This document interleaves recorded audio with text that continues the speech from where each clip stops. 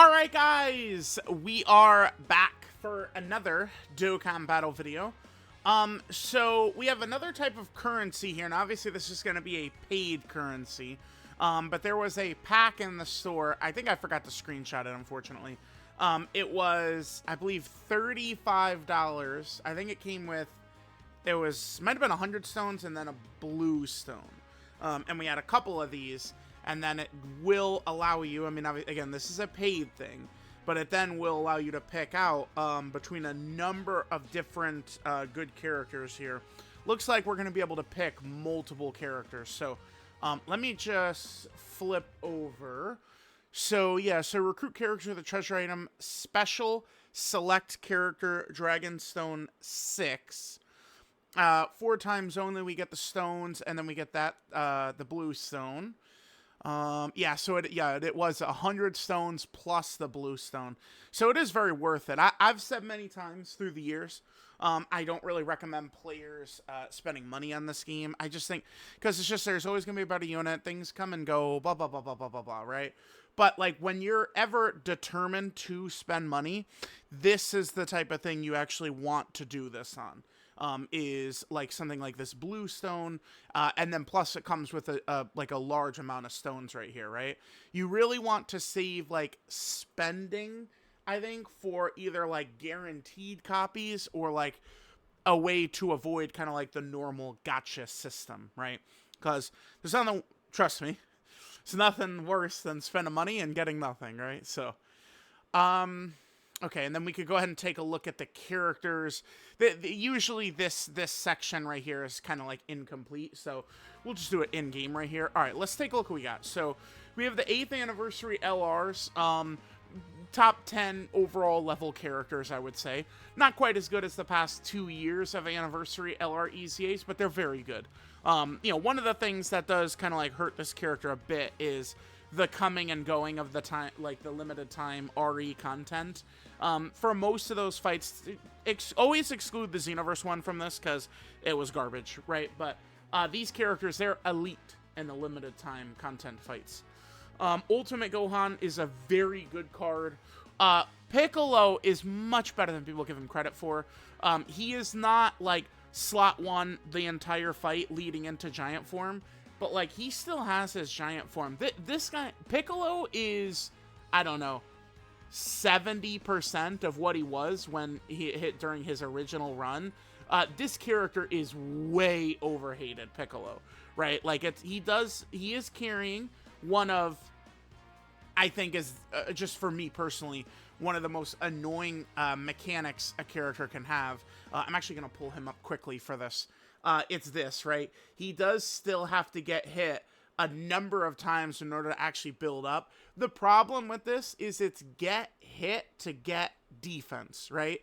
So we're talking about a character who, it's like, you know, in order to get him in a position to where he could tank hits, he has to receive these powerful hits, which likely will take him out, right?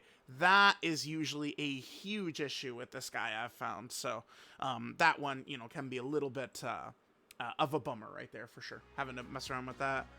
Vegeta and Trunks, I mean, they're pretty much a true festival merchant. I think there's some fights you can kind of get away with them, but like they're a character who is designed to make festival battles more fun.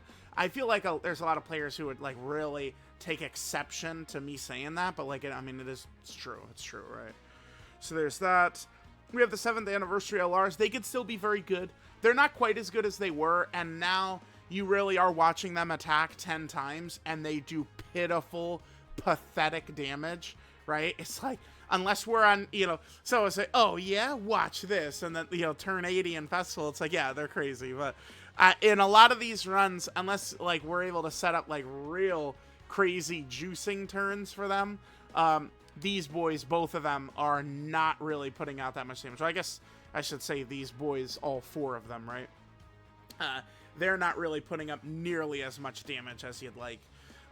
They still can be pretty tanky, though, which probably is the more important thing, and their strong defensive mechanics certainly would allow them to continue to be usable even, you know, what are we now?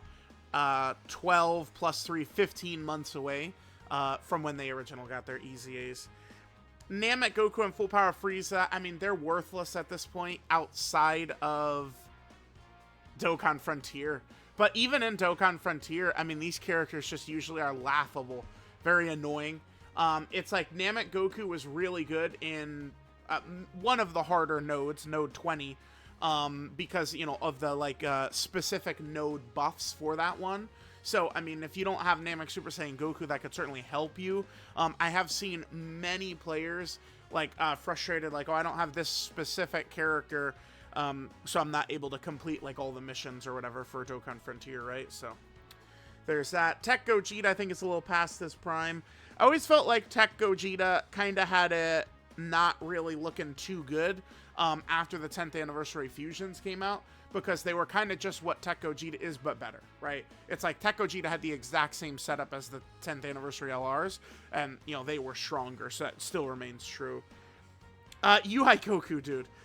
UI Goku, I mean, it's pretty much impossible for him to age.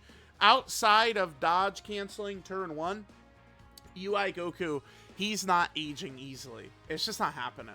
So it's like, if you don't have him or a lot of copies, you could grab him. One thing to keep in mind is that a lot of these characters, like, this stone is valuable, but most of these characters are on banners constantly. These big, powerful Dokkan Fest LRs are on other big, powerful Dokkan Fest LR banners. It's the way it always works out, right? AGL UI Goku could be a good pick. In Evolution Blue Vegeta, he's fodder at this point. STR Vegito, fodder.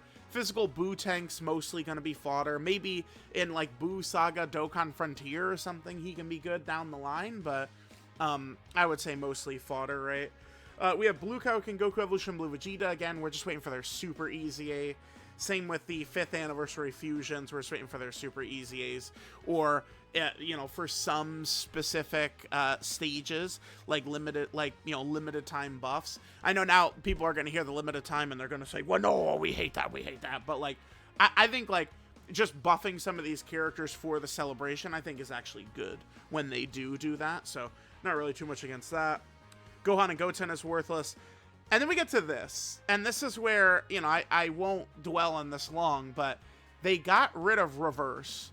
So some players, like me, lost all my TURs and SSRs. The 4th anniversary LRs and the 3rd anniversary LRs, this batch of 4 characters right here, these characters have not been on banners. I'm not bullshitting. Since the 7th anniversary. 7th anniversary. These characters have not been on banners. Let me actually just quickly pull this up here. Let's just go Vegeta. We could pull him up very fast. Let's just go with, let's just go with one of these right here. And I want to go for JP for this. Does this have this? It doesn't have it. Okay, hold on. Yeah, all right. So let's, you see. So here we go. LR, Vegeta, and Goku. They fused in Vegeta. This is the 3rd anniversary character. Featured banners. And it's Physical Super Saiyan 4 Gogeta. 7th anniversary. It's so stupid. It's so stupid. I mean, obviously now we're waiting for them to Super Easy A. And when they do Super Easy A, I guess they are going to be on banners. But, I mean, I've been waiting for these characters to come back. I guess, to be fair, had they come back previously, I would have just lost them because of reverse removal anyway. But it's like, I want to grab these characters, but they make them an LR. Every update is designed to... It's... Okay, anyway. I don't know why they start as LR. I mean, these kids are so... Oh, I can't do 2 seconds to awaken a character. Fuck you. Okay? I'd like what these guys as SSRs, man. Just saying. But, I mean, obviously... I mean, you could grab one of them, one of these 4, because they're not on banners often. And that would be, you know, like, anticipating that they're super easy would be good, is what that is. Then we got a bunch of characters like this, Majin Du, Legic, Android 17... honestly, Legic, Android 17 are really good. Du is good too, but I like Legic and 17 much better than Du. I think Diamond Piccolo is very good, and then a lot of the rest of them are I don't think are worth it. Champa! Champa is strong next to Beerus, no doubt about that, but I do really have difficulty recommending for you guys to get these banner units with these stones, just because these characters are on every single banner. So it's like, you could pull these characters literally every single time any banner rolls around. So I'm not like super high on recommending players get them at all, right? We do have, you know, Legic and 17 who are incredibly good. If you were going to use a stone, it would definitely probably be for them. The thing that's also really good about 17 and Legic is they're buffing teams, Android, you know, GT bosses that are, you know, it's like, it's not like there's, you know, we have 50 different Super Saiyans to course through to create our team, you know, Android and GT bosses. So these are two characters who I could see being very valuable for players to get 4 missions, right? So we have them, but saying that, I would probably say stick to getting one of the Dokkan Fest LRs. It is true that they're always on the best banners in the game. Dokkan Fest LRs are on new Dokkan Fest LR banners, right? But like, these are the characters that are much more exclusive than those ban units who are on every single banner, right? That's kind of how I would explain it. So let me know what you guys think. I guess I'll just quickly grab one of these. I don't even know who. Maybe like Vegeta and Trunks. Let me just double check, because what I'm looking for, I need to find, right, like one of these LRs, but I need to already have like their SSR or their TUR. Okay, I do have the Vegeta and Trunks TUR right here. With, yeah, so I guess I could just grab the Vegeta and Trunks right there, right? Whatever. I don't know. Do we think Vegeta and Trunks... whatever, fuck it. I'll just grab them. I wish, you know, not to harp on it too much, but like, man, I'll tell you guys, do I really wish that you could just... They were just SSRs. Notice our power level went up right there. That's for the Dokkan Awakenings. But as soon as I feed them in, I'm just using them as a dupe right here. As soon as I do this, the power level just goes poop, and it's gone. It's at 300 power level. If you notice it quick, we got 300 power level for getting that character, but it's gone, right? That's power level you get for Dokkan Awakenings. So, all right, guys, there we go. You know, whatever you decide to get. If you don't really spend too much, don't feel like, oh my god, I must buy these. I mean, the roster of characters is a lot of characters who are going to frequently be on these Dokkan Fest LR banners, right? So, let me know what you guys think. I'll catch y'all next time.